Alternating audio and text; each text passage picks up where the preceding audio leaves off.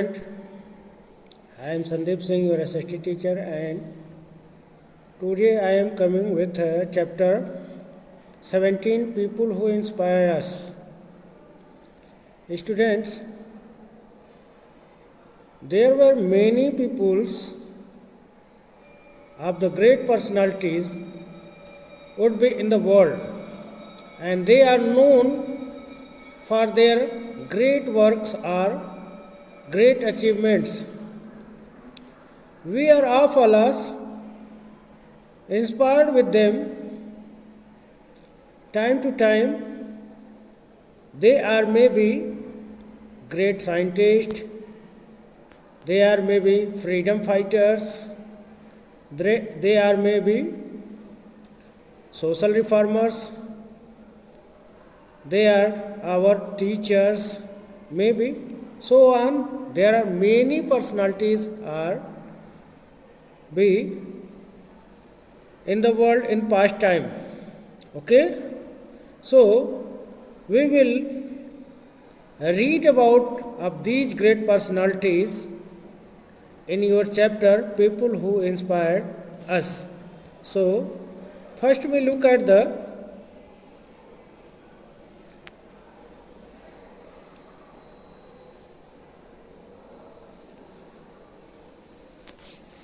there are some men, women who through their action and words have made huge difference in life of peoples. There are many peoples, men, women, maybe great personalities, and they are all of knows. Their action and words have made huge difference in life peoples. By their action and words, they change the world and they change the mind of people. They fought the end suffering and pain, and other helped them lead to life, dignity, and comfort. They himself fought with very difficulties and many pains, but they lead the comfortable life to us. And these great people live forever in the heart of the people who live in change. Okay. So first, the great personality to be in your screen, Florence Nightingale, the lady with lamp.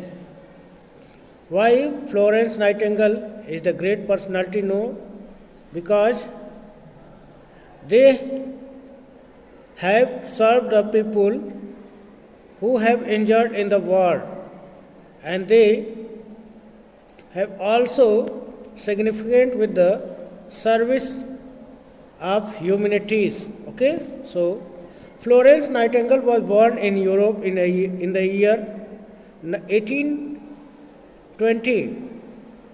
From very young age, she felt deep desire to serve the needy at a time when women were expected to marry and raise a family. Florence Nightingale was born in 1820, and she have decided to service the people whereas they need in very young age. At a time, people of the world are not aware for the women. They are only understand that only the women are only for service of the men or families. Florence Nightingale asked her parents to let her go to Germany and learn nursing. केवल महिलाओं को सेवा के लिए जाना जाता था, लेकिन फ्लोरेंस जो एक महिला थी, उन्होंने सेवा को ही चुना, लेकिन उन्होंने समाज सेवा को वरीयता दी और इसके लिए उन्होंने अपने परिवार से, अपने माता पिता से परमिशन लिया जर्मनी जा कर के नर्सिंग सीखने के लिए. Okay. Florence Nightingale is known as the founder of modern nursing. Millions around the world over health and life her. He is known about the founder of nursing. Okay. In 1854, the Crimean War between Britain and Russia began in Europe. The British soldiers were badly in need of medical help. 1854 में रूस और Britain में युद्ध हुआ Crimea में, जिसमें बहुत सारे सोल्जर्स जो है घायल हुए। चूँकि हमने पहले भी वर्ल्ड वॉर के बारे में बताया, तो वहाँ पर भी हमने बताया था कि बहुत सारे लोग मारे भी गए और बहुत सारे लोग घायल भी हुए थे। बहुत सारे लोगों को प्रॉपर्टी की हानि हुई थी। ये वो दौर था जब पूरा देश इंडस्ट्रियल रिवोल्यूशन और उसके चलते, वार के चलते बहुत सारी लड़ाइयाँ होती थी, एक दूसरे पर होड़ जमाने की होती थी, और इसमें बहुत सारे युद्ध होते थे जिससे लोगों की धन हानि होती थी। लेकिन कुछ ऐसे व्यक्ति थे जो इस धन हानि में भी अपनी सेवाओं को जारी रखा। फ्लोरेंस नाइटिंगेल भी उनमें से एक रही हैं। The British war minister Sidney Herbert asked Florence Nightingale to visit the war front and help nurse the injured. जो ब्रिटिश मिनिस्टर सिडनी हार्बर थे, उन्होंने फ्लोरेंस नाइटिंगेल को युद्ध भूमि में जाने का कहा और वहाँ पर घायलों की सेवा करने के लिए उनसे कहा गया। Florence immediately left for her war front. Her hard work in Crimea save the leaves thousands of soldiers. Florence तुरंत ही युद्ध भूमि क्षेत्र में गई और वहाँ पर उन्होंने कठिन परिश्रम किया और बहुत सारे लोगों का जान बचाया। She also made nursing respectable profession for women. उन्होंने घायलों की ऐसी सेवा की, इस कारण से वो सैनिकों में दया भाव के पात्र बन गई और बहुत सारे सैनिकों के लिए वो रिस्पेक्टेबल यानी सम्मानित एक प्रोफेशन महिला हो गई। Florence Nightingale work day and night to save injured.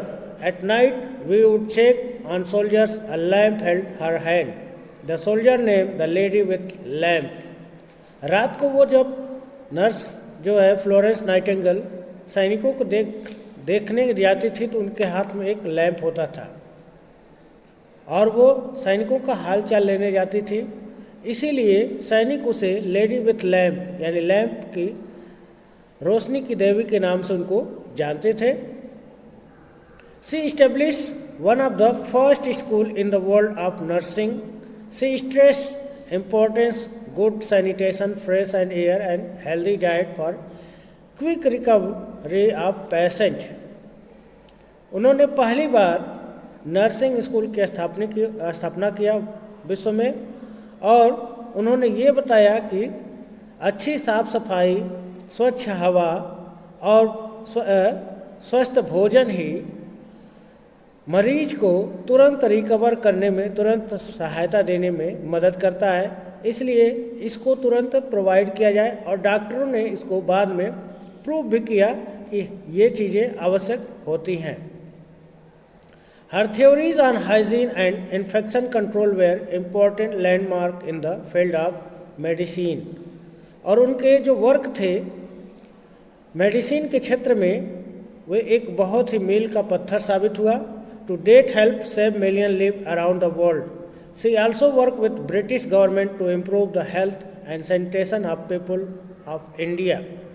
क्योंकि भारत उस समय अंग्रेज़ों के अधीन था, तो वो भारत के बारे में भी उन्होंने बहुत सारे मिलियंस के लोगों को सलाह भी दिया। She wrote about causes of famine in India and need irrigation prevent to रिक्योरेंस।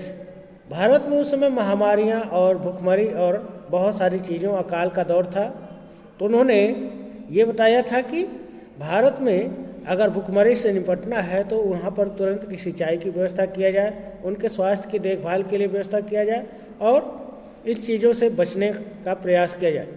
She died in 13 August 1910। Florence Nightingale is remembered today as founder of mother nursing. उनकी मृत्यु 1910 में हुई।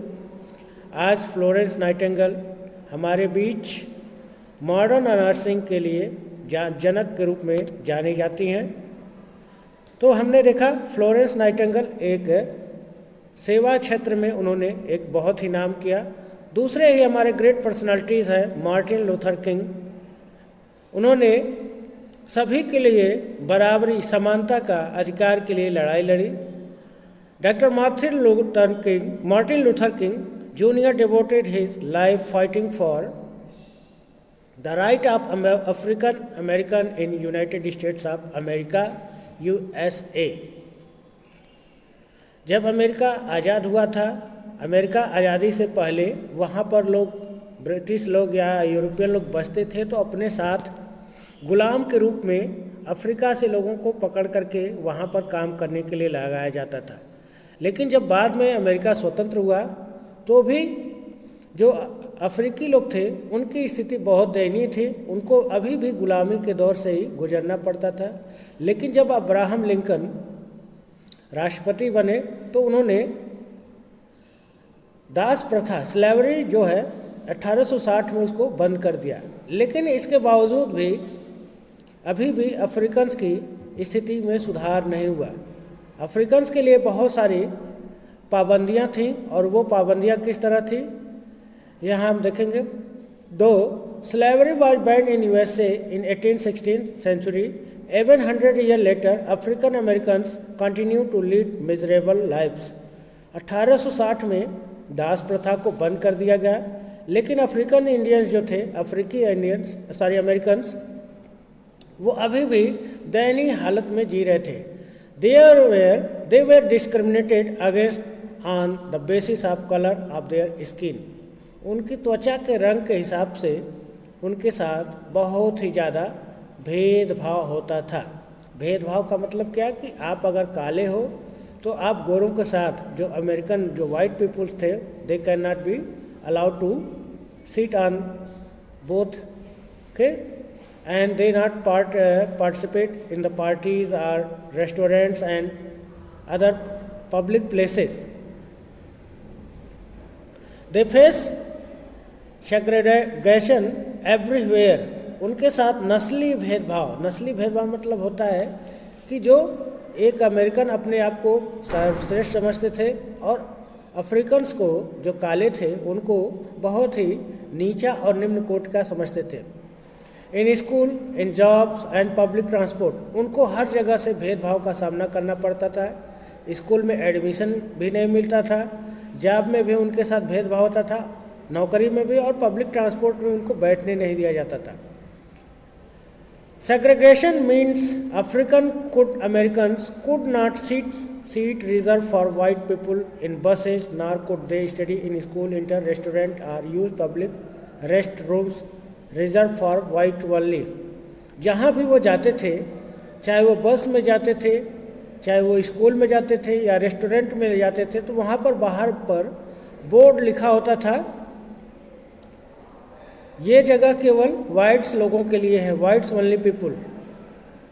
काले लोगों के लिए बिल्कुल ही मतलब बैंड है। तो इसी के खिलाफ उन्होंने लड़ाई लड़ी। Martin Luther King fought against these unjust practices and inspired millions with his speeches and his writings। Martin Luther king ने इनके खिलाफ अपनी लड़ाई शुरू की और ऐसे अनएक्सपेक्टेड जो प्रैक्टिसेस, जो क्रियाकलाप था, उनके खिलाफ उन्होंने लड़ाई छेड़ दी। अपनी बात को जनता में रखना शुरू किया, जिससे कि बहुत सारे लोग उनसे इंस्पायर्ड हुए, उनके भाषणों से लोग प्रभावित हुए, उनके लेखों से लोग प्रभावित हुए। He was himself inspired by Mahatma Gandhi and his non-violence struggle against British। वो महात्मा गांधी, भारतीय नेता महात्मा गांधी से भी बहुत ही प्रभावित थे, जो ब्रिटिश के खिलाफ नॉन वायलेंस अहिंसात्मक आंदोलन का शुरुआत किया था। अहिंसात्मक आंदोलन यानी हम अपनी बात को बिना हिंसा के भी अपनी बात को पूरी करवाना है। तो इस तरह से वो मार्टिन लूथर किंग जो है महात्मा गांधी से प्रभावित थे। दो Martin Luther was attacked, arrested and sent jail several times। Martin Luther King को अपने इस आंदोलन के चलते उन्हें कई बार उन पर हमला हुआ, कई बार उन्हें जेल भेजा गया। He did not give up, लेकिन उन्होंने हार नहीं माने। Path of passive resistance and non violence, और उन्होंने नॉन वायलेंस यानी अहिंसा का रास्ता जो उन्होंने लिया था, वो अपनी लड़ाई अपनी जारी रखी और साथ ही साथ वो अपने आंदोलन में जारी रहे। Finally ended in the USA with passing civil right act 1964 और अंत में अमेरिका में एक सिविल राइट नागरिक संहिता पास हुई 1964 में and voting right to act 1965 और इन लोगों को वोटिंग करने का अधिकार मिला। For his effort and racism, इस तरह से जो नस्लवाद थी वो खत्म हुआ। फॉर ऑल फॉर्म डिस्क्रिमिनेशन, और इस तरह से मार्टिन लूथर किंग ने इस डिस्क्रिमिनेशन भेदभाव को ख़त्म किया। Martin Luther receive the Nobel prize in 1964। Martin Luther King को नस्लवाद को ख़त्म करने के लिए उन्हें 1964 में नोबेल का पुरस्कार भी मिला। He was assassinated by James earl Roy on April 1968। उनको जेम्स अर्ल रॉय नाम के एक व्यक्ति ने 4 अप्रैल 1968 को गोली मार करके हत्या कर दी। His effort made possible millions Africans American to live life dignity and hope. उनके प्रयासों से बहुत सारी अफ्रीकन अमेरिकन्स को उनके बीच में डिग्निटी और होप पैदा किया और वो एक सम्मानित जीवन व्यतीत करने लगे। तो आज के वीडियो में बस इतना ही। नेक्स्ट वीडियो में हम नेक्स्ट ग्रेट पर्सनालिटी के बारे में जानेंगे। धन्यवाद।